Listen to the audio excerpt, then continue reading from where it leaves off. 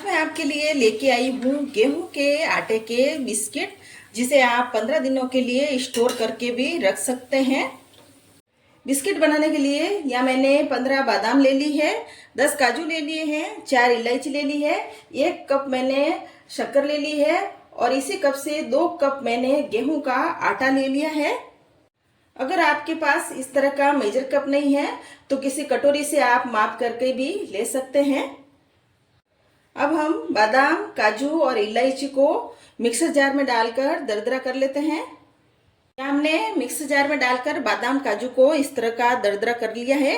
एकदम बारीक पाउडर नहीं पीसना है। या हमने ये बर्तन ले लिया है, बस बर्तन में हम शक्कर डाल देते हैं। हमने यहाँ पे 1 कप शक्कर ली थी और 1 कप ही मैं इसमें पानी डाल रही हूँ। पानी डालने पर बाद हम शक्कर को इस तरह से हिलाएंगे। शक्कर को हमने यहाँ पर हिलाकर पिघला लेना है। या मैंने दाने वाली शक्कर ली है, आप चाहे तो इसमें पीसी हुई शक्कर भी ले सकते हैं। यहाँ हमने ये बर्तन ले लिया है, इसमें हम डालेंगे 2 कप आटा, इसमें हम डाल देंगे 1 चम्मच तिल और साथ ही हम डाल देंगे पिसा हुआ काजू और बादाम। इन सबको हम हाथ से मिक्स कर लेंगे। अब इसमें हम डाल देंगे 1 चुटकी नमक। नमक का टेस्ट, नमक डालने से भी बिस्किट में टेस्ट एक अलग तरह का बढ़िया आएगा। अब हम डाल देंगे 1/4 कप घी मोयन के लिए। अब घी को हम आटे में अच्छे से मोयन लगाएंगे। मैंने यहाँ पे घी लिया है, आप चाहे तो कोई भी रिफाइंड ऑयल ले सकते हैं। हमने यहाँ पे काजू और बादाम को जो दरदरा करके डाला है उसका भी टेस्ट अच्छा आएगा। जब हम बिस्किट खाएंगे तो हमारे बादाम और काजू के कण मुंह में आएंगे और वो खाने में भी बिस्किट फिर बहुत टेस्टी लगेंगे। तो हमें काजू और बादाम दरदरे करके ही डालने हैं। मोयन मैंने अच्छी तरह से हाथ से मसल कर लगा लिया है और मोयन भी अच्छी तरह से लग गया है। यहाँ हमने ये शक्कर वाला पानी ले लिया है। एक बार हम वापस से शक्कर को ऐसे हिलाएंगे और थोड़ा थोड़ा करके पानी डालेंगे।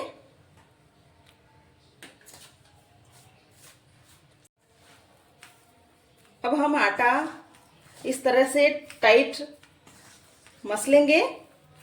शक्कर का पानी यहाँ मुझे कम लग रहा है, थोड़ा सा पानी मैं और डाल दूंगी। यहाँ हम एक टाइट आटा लगाएंगे। यहाँ हमने टाइट आटा लगा लिया है। अब इस आटे को हम चिकना करेंगे। थोड़ा सा मैंने घी लगा लिया है आटे को और एक बार हम आटा वापस मसल लेते हैं। अब आटे को हम 2 भाग में तोड़ लेते हैं और एक बड़ी सी इस तरह से लोई कर लेते हैं। ये हमने राउंड शेप में ये लोई कर ली है। अब इस लोई को हम बेलन की मदद से बेल लेंगे। या हमने ये बेल लिया है, ज्यादा पतला नहीं बेलना है, इस तरह का मोटा बेलना है। या मैंने ये संचा ले लिया है, इससे हम बिस्किट काटेंगे। अगर आपके पास ऐसा संचा नहीं है तो किसी बोतल का ढक्कन या फिर छोटी कटोरी हो उसकी मदद से भी आप इस तरह से राउंड शेप में कट कर सकते हैं। या फिर आप किसी दूसरे शेप में भी इन बिस्किट को काट सकते हैं। अब ये ऊपर का भाग हम निकाल लेते हैं। अब इन बिस्किट पर हम इस तरह से वापस से एक एक 3-3 निशान करेंगे। अब इन बिस्किट को हम प्लेट में निकाल लेते हैं और बाकी के जो बचे हुए बिस्किट हैं उनको भी हम इसी तरह से बनाकर तैयार करेंगे। ये बिस्किट हम घर के ही पड़े सामान से बनाकर तैयार कर सकते हैं और ये खाने में भी बहुत ही ज़्यादा टेस्टी लगते हैं। अगर आपको ये रेसिपी पसंद आए तो कमेंट करके ज़रूर बताएं आपको रेसिपी कैसी लगी और चैनल को सब्सक्राइब करें। यहाँ हमने सारे बिस्किट बना लिए हैं। अब इन बिस्किट को हम फ्राई करेंगे। यहाँ हमने तेल पहले ही गर्म होने के लिए रख दिया था और तेल गर्म भी हो गया है। अब हम एक एक करके बिस्किट को डालेंगे। एक बार में हमने 10 पीस डाल दिए हैं। अब हम एक बार बिस्किट को हिला लेते हैं।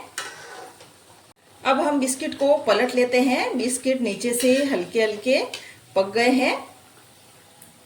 हमें यहाँ ध्यान से बिस्किट को पलटना है, नहीं तो बिस्किट टूट भी सकते हैं। इन बिस्किट को हमें लो आंच पर ही फ्राई करना है, ज़्यादा आंच पर फ्राई नहीं करना है। इन बिस्किट को हमें अलट पलट करते रहना है ताकि बिस्किट एक तरफ से लगे नहीं, दोनों तरफ से अच्छे से बिस्किट फ्राई हो जाए। अलट पलट करके इस बिस्किट को हमने फ्राई कर लिया है और इनमें ऐसा गोल्डन कलर भी आ गया है। अब इन बिस्किट को हम निकाल लेते हैं, इससे ज़्यादा हम और इनको नहीं फ्राई करेंगे। और बाकी के बिस्किट भी हम डाल देते हैं। ये बिस्किट आप कभी भी चाय के साथ शाम की टाइम बनाकर खा सकते हैं। ये बिस्किट आप 15 दिनों के लिए स्टोर करके भी रख सकते हैं, ये बिस्किट खराब भी नहीं होते हैं। ये हमारे बिस्किट बनकर तैयार है। एक बिस्किट हम तोड़कर देख लेते हैं। बहुत ही सॉफ्ट और एकदम से क्रंची बिस्किट बनकर तैयार हुआ है, हाथ से टूटने वाला। रेसिपी पसंद आए तो मेरे चैनल को सब्सक्राइब करें, कमेंट करें और शेयर करें।